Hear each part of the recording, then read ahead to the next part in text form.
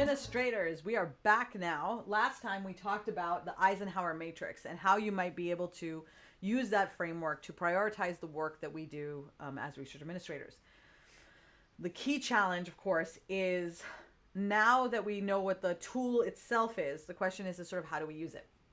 So as I mentioned in the last video, you can draw a matrix out on a piece of paper. My earliest versions of using this were actually a drawn out matrix.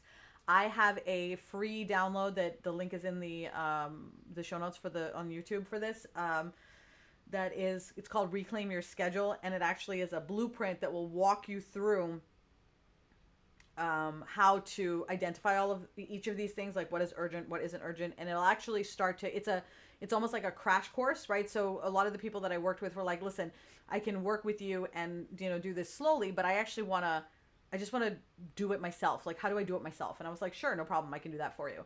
So I built this tool called Reclaim Your Schedule. And the Reclaim Your Schedule tool is usually it's for people who feel overwhelmed, like they don't have enough hours in the day. And like, honestly, I built it when I was at a state where I felt like there must be something wrong with me. I am such a failure because I just can't get through everything. It was a really low time in my life. And for me, because I didn't know how to get out of it, I started to read all of these books and and I was like, okay, this is the framework that I need to use. So I built Reclaim Your Schedule to help me get out of feeling overwhelmed, overworked, and so on. What's really interesting about it is that I started to share the tool with other people. They just loved it. Everybody just ate it up because it's really, and what's interesting is I've worked with a lot of other time management experts, and almost every time management expert, Megan Summerall being the person that I direct people to right now who are looking for time management coaches, has a tool similar to this because this tool works, right? So it's funny because when we get together, we're like, oh my God, we all have some version of this tool. So you can download the Reclaim Your Schedule tool. It was designed originally to be a little bit generic in that it'll work for you if you run a business, it'll work for you if you're a research administrator or unemployed, as anything, and it'll work for your personal life as well. So you really just have to, frame it the way you want to do it. But for this particular research administration space and commitment to clock out, I'm going to do something a little bit, I want to do something a little bit more specific to us here.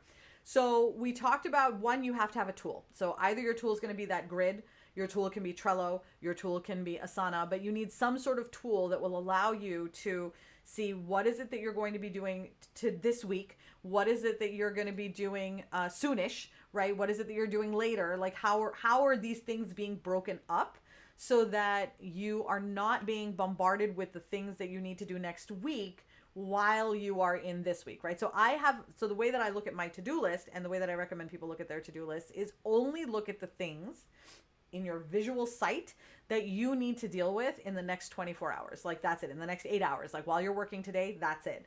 At most the end of the week, but you do not want to have your entire list visible to you because now you're sitting here looking at like the stuff you're doing now, but this eye is busy looking over there at this giant project that you need to do for your, chief academic officer or what have you. Okay. So when we talk about the things that, as you are breaking up your priority list, okay, so the way that I have my hierarchy is set like this is my first the important and urgent is the to do this week. These are the things that I have designated as a high priority and urgent item. Some of these things may be things that for the last 6 months have been on my can do as I feel like it, but now we're starting to get closer to the deadline, so they're moving up in urgency and priority, right? So the high priority and urgent items are going to be anything that has a deadline coming up, which we talked about in the last video. Salary allocation changes. Those are typically going to be deadline oriented. If you don't get your salary changes in by a certain date before your month closes, then there's not going to post and you're going to have to do labor cost transfers. And there's going to be a lot of consequences that you're going to have to pay because you didn't do the salary allocation. So that's typically you're going to find that in the urgent, the top left box. Raises and anything related to someone's income or HR, personnel, employee relations, those things I typically always put in the high priority and urgent items. Because they're dealing with somebody's salary and someone's livelihood and someone's life. So anything that is related to someone's overall joy and fulfillment in the workplace, and just general life stuff, like I will always prioritize HR, salary, stuff like that. I would love to hear in the comments what other things you would put on this list as high priority and urgent items, because the more that we have, right, the more we can kind of just crowdsource the list, the more that now, like when people watch the video, they can be like, okay, what are the things? And then you can just be like, okay, these are the things I'm going to put in my high priority and urgent items list, which makes the actual app energy that we need to use less, right? So now we're saving that energy for the stuff that we really have to be saving our energy for, which is absolutely fabulous. Now, the way that I like to think about the high priority and urgent items is this: make everything fight for its right to be on that part of the list, because your time is valuable, right? Nowhere is that clearer than in the deadlines and how many of them they are that we have to meet, and in how much people need us to do the work that we do, right? That tells you that your subject matter knowledge is incredibly valuable, right? You can't waste it on, writing a to-do list or writing a manual for how to use a widget, right? Like, you're like, dude, there's someone else can write the manual for the widget. I need to actually submit this grant, right? Or that kind of thing. So I make things fight for their right to be on the list. Like, if I put something on the list, I have to ask, like, okay, does it really belong here? Can this get done next week? What is the consequence if I don't get this done this week? Is there a consequence? Sometimes there is. So it's not to say that me asking these questions means that everything's going to now end up being deprioritized, but it does mean that now I'm going to be more discerning about what ends up on that list. Okay. So you have your to-do this week, right? Then we have your to-do later. Okay, so your to-do later are going to be more your long-term and future deadlines. Okay, so these are going to be your RPPRs, right? Especially if you have a subcontract, you'll know that, okay, RPPR is going to be due on this date. Give yourself another 45 days beforehand. Put that in your calendar. Put that in your Trello, your Asana. All of these will allow you to, it'll pop up and notify you, right? So I don't recommend using the tasks on Outlook unless you're going to like use all the features like the deadline date and the follow-up and so on. Like, if you just put it in your task list with nothing else, that will not help you, right? What you need is something that will, any mechanism, and putting it on a Post-it note on the wall, also not going to help you. For things that are to do later, you want to make sure that whatever you're putting them on has an automated way to tell you about it, because otherwise you still have to remember that you're getting closer to the date. And what you want to be able to do is to say, this is off my mind right now, and when the time comes, I will notify, my systems will notify me. That level of trust is priceless, absolutely priceless. Okay, so your RPPRs, effort report certifications, when are those due? Is it like monthly? Is it every 6 months? Is it every year? Like, what do you need to do for that? Performance reviews, if you're responsible for them. If you need to do any sort of like projections or stuff like that, those are things that'll typically come around once a year, once every 6 months, that kind of thing. Salary raises, setting up new accounts for subsequent years for subcontracts, right? So like, you're going to need to do that. Grant cleanups. There are so many things, right, that that we need to do, that need to be put on our list, but they don't need to be dealt with right now, but that typically we deal with not by making sure that we have a system that tells us about it, but by like writing Post-it notes and trying to remind ourselves, which ultimately is what ends up taking up a lot more of our energy. Okay, so now we talked about our to-do this week, we talked about our to-do later, and now we have our to-do routinely. Okay, so these are the things that when you look at them, you're going to want to ask yourself, anything that is routinely done right now, those are typically the things that we would do on autopilot, or that we may be doing just because this is the way we always did them. So they're the ones to look at to see where do they actually fit. Okay. Now, a lot of these things will still fit under our purview, right? Like reconciliations. We're still the ones to do them. Just because we do them routinely doesn't mean they're not important and that we don't need to do them. But it's worth it to look at that and question, where does that go? Because anything that needs to be done routinely is typically not going to be in that first upper left quadrant, right? So things like that would be recons, core system approvals, MPOs, animal cage, card distribution, confirming that salary, effort, and stuff is accurate on a monthly basis. Document storage, cleaning up your document storage, things like that, following up on some cash accounts to make sure, clinical trials to make sure, has the cash come in, has it posted, that kind of thing. So there's a lot of things that we do fairly routinely as research administrators that we want to deal with right now because it'll make it just easier for us as we go, but maybe don't necessarily need to be. So like, you can clock out at 5 p.m. today and you can do this next week because this is something that you don't need to have done until, a month from now, so you can afford to play around with where it ends up on your to-do list, right? Okay. So you have your to-do this week, to-do routinely, and to-do later. Okay, that's sort of how I organize things. My to-do this week is the one that I pay attention to. Like I live 1 week at a time, and then I will move on, right? I can't go out further than that because I then start to get very, very overwhelmed. Okay.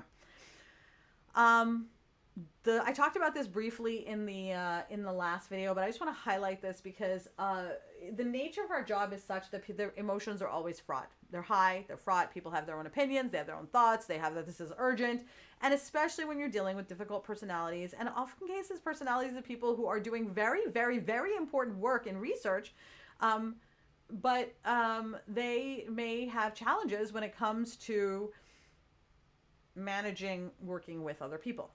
Let's put it that way, right? We all know that this exists, so it doesn't do us any favors to not talk about it, right? These are the people who will come to you and will escalate everything emotionally, right? Constantly. You're just like, oh, I feel like I have to do this really quickly right now, right? And I've had PIs like that. I have had PIs like that, and I've had PIs who are like, it's fine. Everything's chill. Now we'll get that granted. No worries, right? Totally chill.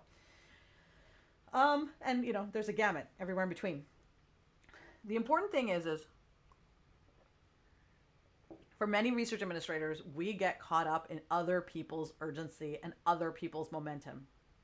The best advice I can give any research administrator, seasoned or otherwise, starting out, is to manage your own urgency. Be realistic about timelines. Most of us tend to be people pleasers, and most of us tend to want to give really good customer service. And so we will often promise things because we feel like we're supposed to, that we're supposed to say, I'll get this done quickly. I have to do this quickly because that PI is freaking out, right? Those are the kinds of thought processes that compound and start to create an overwhelming sense of anxiety, fear, urgency, because you really never know when something else is going to come and drop on you. I've been working with small business owners and CEOs and research administrators and people, actually, for many, many years about how we manufacture. We as human beings have a tendency to manufacture over time the pressures that end up making us feel like we're buckled, right? And then after a few years, we are just like, this is just how it is, and I don't know how to get out of it. And finding myself in that situation, and my special superpower is being autistic and having ADHD, and my neurodivergence gives me almost like a matrix view into, how did we build this, right? And so I was like, oh my God, how did this get built? And as I started to sort of like pull it apart, I realized that so many of the things that keep us locked in a state of always doing, and not being able to clock out are things that have been conditioned into us from years of being research administrators that were fine before pandemic because we were working in the workplace and there was a clock out time and we could come home, and like there was a very different framework that existed at that time. Moving into a hybrid environment, this kind of overwhelm is now bleeding into our home lives and into our lives, and it's very difficult to be able to clock out. So work is consuming us to the point where we're finding it hard to take joy in both work, in our home lives. We're just constantly on the go. So one of the things that I've been doing over the last several years is working with people on how do you build these frameworks around yourself so that you feel like you can have a life outside of work. So that you feel like, okay, I did a good job today. I'm going to go now and I'm going to go have fun. And I'm not even going to think about work. And it's going to be great, right? What are those things that allow us to do that? And there's a lot of little things. Like I think that for many years I was looking for these big sweeping changes, but honestly, it's little things like this. So I want to leave you with this today.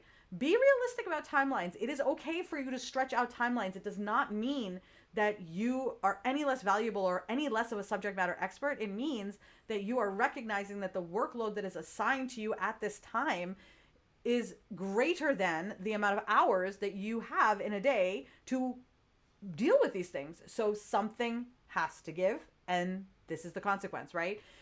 Historically, in the workplace, the way that it has always been handled is, hey, listen, there's all this work. Be a team player, work longer, work harder. Make sure you show up. Make sure everybody sees you doing that so that people know that you're being a team player. And there is a culture of self-regulation that forces a lot of us to work more than we would want to. Even if you don't feel like you're forced, it is still in there because it's just expected. I mean, if you aren't willing to take on more work, are you really a team player, right? So it is really important to be thinking about all of these things as you manage your to-do list, because they all inform how we make those choices. Okay, they all inform how we make those choices. So I want to actually give one last thing, which I should have brought this with me here because I should have known this was going to come. But I want to recommend this book, okay? Laziness Does Not Exist. This is a really, really, really good book. It helped me, when I read this book, it really helped me to understand the framework around which corporate America is structured and why it is so challenging for people to clock out. And it also helped me to then start to let go of some of the stories that I was telling myself about why I didn't clock out. And honestly, I have never felt freer. So this book is by Dr. Devon Price. Laziness Does Not Exist. Check it out. It's available on Amazon.